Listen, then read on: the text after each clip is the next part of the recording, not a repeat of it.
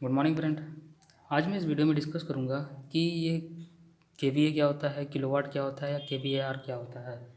आपने कई जगह पे देखा होगा, मशीनों पे कहीं कहीं किलोवाट लिखा होता है, कहीं कहीं केवीए लिखा होता है।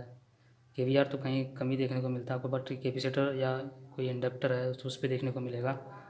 तो ये सभी चीज़ों के बारे में मैं डिस्कस करूँगा। तो अगर आपने अभी तक मेरे इस चैनल को सब्सक्राइब ना किया हो तो पहले चैनल को सब्सक्राइब कर लीजिए, ताकि मैं जो नए नए वीडियो अपलोड करूँ उनके सारे नोटिफिकेशन आपको मिलते रहें। चलिए शुरू करते हैं। तो अगर मैं बात करूँ कि ये तीनों चीज़ें क्या होती हैं, तो बेसिकली ये इलेक्ट्रिकल सिस्टम के पावर होते हैं। इलेक्ट्रिकल सिस्टम में 3 तरह के पावर होते हैं। तो अगर मैं पहले वाली की बात करूँ कि ये वाट क्या होता है, इसी को हम लोग किलोवाट या मेगावाट आगे बढ़ाते हुए रेंज में बोलते हैं। ये इसका जो बेसिक है ये वाट होता है। तो अगर मैं वाट की बात करूँ तो इसका जो नाम है ये होता है हमारा एक्टिव पावर या रियल पावर। हम इसे एक्टिव पावर भी कहते हैं और रियल पावर भी बोलते हैं। इसका मतलब क्या होता है? इसका मतलब ये होता है कि जो भी हमारे इलेक्ट्रिकल डिवाइस हैं, मीन्स लोड हैं, वो कितने जितने भी पावर को कंज्यूम करेंगे, वो कंज्यूम होने वाली पावर ही एक्टिव पावर या रियल पावर होती हैं, जिसकी यूनिट वाट होती है। ठीक है, तो ये हो गया मेरा वाट। अगर मैं इसका फार्मूला आपको बताऊं तो P बराबर VI cos फाई, ये इसका फार्मूला हो गया। अब बात करते हैं कि VAR क्या होता है। VAR बेसिकली इसको हम लोग वोल्ट एम्पियर रिएक्टिव पावर भी बोलते हैं। ये क्या होता है कि यह एक तरह का इमेजिनरी पावर होता है, जो कि कहीं पे यूज़ होता नहीं है। मतलब यूज़ कहना गलत होगा। ये जो होता है कहीं पे कंज्यूम नहीं होता है। ये बस मशीन मेरी जो है वो अच्छे तरीके से परफॉर्म करे, बस ये उसके लिए यूज़ होता है VAR पावर। जैसे कोई भी आपका आपका जैसे कोई इंडक्टिव लोड हो या कैपेसिटिव लोड है, तो वहाँ पे आपको इस पावर की नीड होती है, तो वहाँ पे हम VAR पावर जो है देते हैं। जैसे आपने देखा होगा सब स्टेशन पे वहाँ पे कैपेसिटर बैंक लगाए जाते हैं।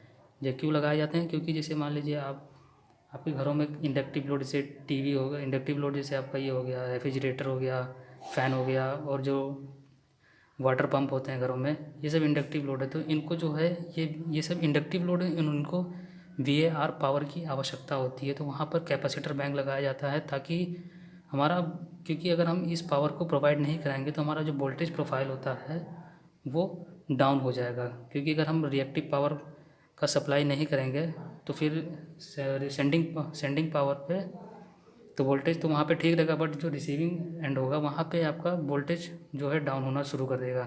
इसलिए वोल्टेज प्रोफाइल मेंटेन रहे और मशीन सही से वर्क करे, इसीलिए हम वहाँ पे VAR पावर यानी रिएक्टिव पावर जो है कैपेसिटर बैंक के थ्रू देते हैं। अब बात करते हैं कि वोल्ट एम्पियर या VA या KVA या MVA ये सब क्या होता है। तो ये बेसिकली जो होता है ये दोनों पावर जो है एक्टिव पावर और रिएक्टिव पावर हैं, इसका सम होता है। इसे मैं कॉम्प्लेक्स पावर भी बोलता हूँ या अपेरेंट पावर भी बोलता हूँ। यस बराबर P+JQ। जैसा कि मैंने कहा कि ये आपका इमेजिनरी पावर है, तो यहाँ पे JQ लगा हुआ है। इसे मैं अपेरेंट पावर भी बोलता हूँ।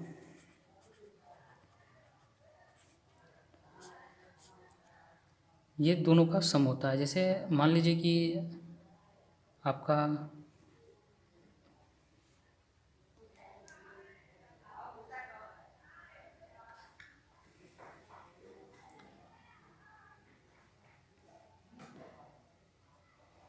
और हाँ, ये जो मैंने आपको अभी तीनों चीज़ें बताई हैं, ये सारी तीनों चीज़ें एक यूनिट होती हैं। जैसे ये एक्टिव पावर है तो एक्टिव पावर का यूनिट वाट, रिएक्टिव पावर का यूनिट VAR और अपेरेंट पावर का यूनिट VA।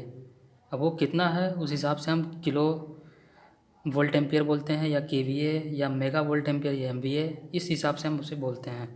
अब अगर मैं आपको ये एक एग्जांपल के थ्रू अगर समझाऊं तो आप मेरे साथ बने रहिएगा। मैं आपको एक एग्जांपल के थ्रू इसे समझाता हूँ कि आखिर में कैसे हमारा ये वर्क करता है, तीनों का सिग्निफिकेंस क्या है। जैसे मान लीजिए कि मेरे पास एक अल्टरनेटर है, और ये अल्टरनेटर जो है ये मेरी ट्रांसमिशन लाइन, यहाँ पे कुछ इसका इंडक्टिव होगा, यहाँ पे एक सिंक्रोनस मोटर लगी हुई है। हमें पता है कि जो अल्टरनेटर होता है इसका रेटिंग जो होता है KVA में होता है, और मोटर है ये भी सिंक्रोनस मोटर है तो इसका भी रेटिंग KVA में है। अब मान लीजिए कि मेरा जो ये अल्टरनेटर है ये 300 प्लस JQ का, Q का मान लीजिए कि 240 दे रहा है। ये मेरा केवीए में है। अब मैंने क्या किया, मैं ये एजम्पशन लेके चलता हूँ कि मेरा लॉस जो है इसमें बिल्कुल भी नहीं होगा। लॉस को मैं जीरो में एक आइडियल सिस्टम को लेके चल रहा हूँ। तो अब मैं जो ये जो मेरी सिंक्रोनस मोटर है, इसका रेटिंग भी है, इसका जो रेटिंग है वो रेटिंग इसका यही है, यही उसका रेटिंग भी है।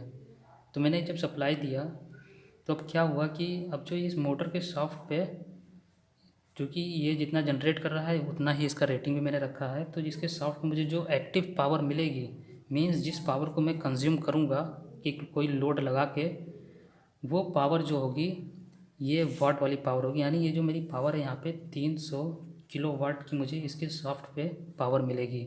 ये मेरा हो गया एक्टिव पावर। अब बात करते हैं रिएक्टिव पावर। अब जैसे मेरे ये मोटर है, इसका कुछ पावर फैक्टर होगा कि ये इतने पावर फैक्टर पे अच्छे से काम करेगी, या इसमें जो इंडक्टेंस मेरा इसमें इंडक्टिव पार्ट इसका जो बन रहा है, यानी जो भी लैगिंग पावर फैक्टर पे ये जो काम करेगी, तो इसमें कितना लैगिंग लेगी, तो उस हिसाब से मैंने मान लीजिए कि इसका भी 240 इसको VAR पावर चाहिए, ताकि ये अपने ही पावर फैक्टर पे अच्छे से काम कर सके और वोल्टेज प्रोफाइल मेंटेन रहे। तो ये 240 इसको VAR पावर मिलता रहेगा। मानी VAR पावर जो है वो सिर्फ सोर्स और लोड के बीच में से खाली यहाँ पे है। मुझे सिर्फ आउटपुट में 300 किलोवाट जो मुझे कंज्यूम करना था, बस वही मैंने 300 किलोवाट लिया, और जो 240 किलोवाट था वो मोटर अपने पावर फैक्टर को मेंटेन करने में और वोल्टेज प्रोफाइल को मेंटेन करने में ले रहा है। अब अगर मान लीजिए कि ये मेरा जो यहाँ पे अल्टरनेटर लगा हुआ था, ये 240 किलोवाट का यहाँ पे KVA होगा। हाँ, तो जैसे मान लीजिए कि मेरा जो अल्टरनेटर है ये 240 VAR पावर नहीं जनरेट कर रहा है, ये कुछ कम कर दिया, तो मेरी मोटर जो है अब इसको उतना पावर तो मिलेगा नहीं। यानी अभी यहाँ से वोल्टेज डाउन करना शुरू होगा, मोटर का पावर फैक्टर भी चेंज होना स्टार्ट होगा। तो फिर अब इसको शॉर्ट करने के लिए हम क्या करते हैं कि हम यहाँ पे एक कैपेसिटर लगा देते हैं, जो कि इसके लिए वो भी यहाँ से कुछ इसको लैगिंग VAR देगा, ताकि इसको ये जो 240 में जो कम हुआ है ये और इसको दे दे, ताकि यहाँ से इसको टोटल 240 मिले और ये अच्छे से काम करे। इसीलिए हम वहाँ पे सब स्टेशन पे कैपेसिटर बैंक लगाते हैं, ताकि वोल्टेज प्रोफाइल मेंटेन रहे और रिएक्टिव पावर जितनी भी आवश्यकता है वो सारी हम प्रोवाइड करा सकें। तो यही इन सभी चीज़ों का मतलब होता है। तो अगर आपको वीडियो पसंद आए तो इसे लाइक कीजिए, शेयर कीजिए। Thank you.